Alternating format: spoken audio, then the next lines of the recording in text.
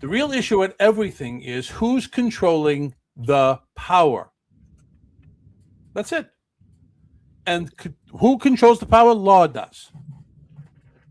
We have to get control back of our law that's been hijacked, and the people don't understand it. Law controls everything, and law is higher than everything.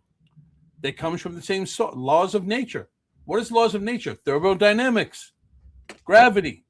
You can try to legislate those away. It doesn't work. And that's where our law comes from. And it's higher than them. But the people take their freedom for granted. They're okay with their rights, even though we don't have rights. We have rights on paper. We don't have rights in practice because the people who violate our rights have given themselves immunity that they can't give themselves.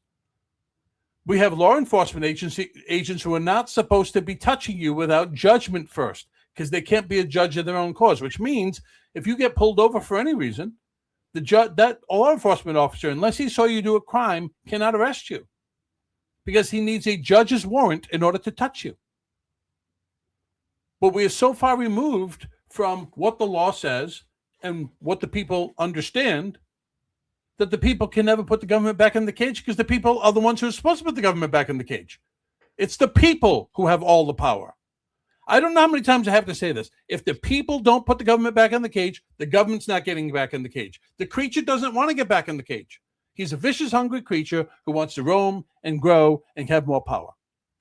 Absolute power corrupts absolutely. That is human nature, always has been. If the people don't put the creature back in the cage, the creature isn't getting back in the cage. And the good news is the Constitution was written with plenty of tools to let us put them back in the cage.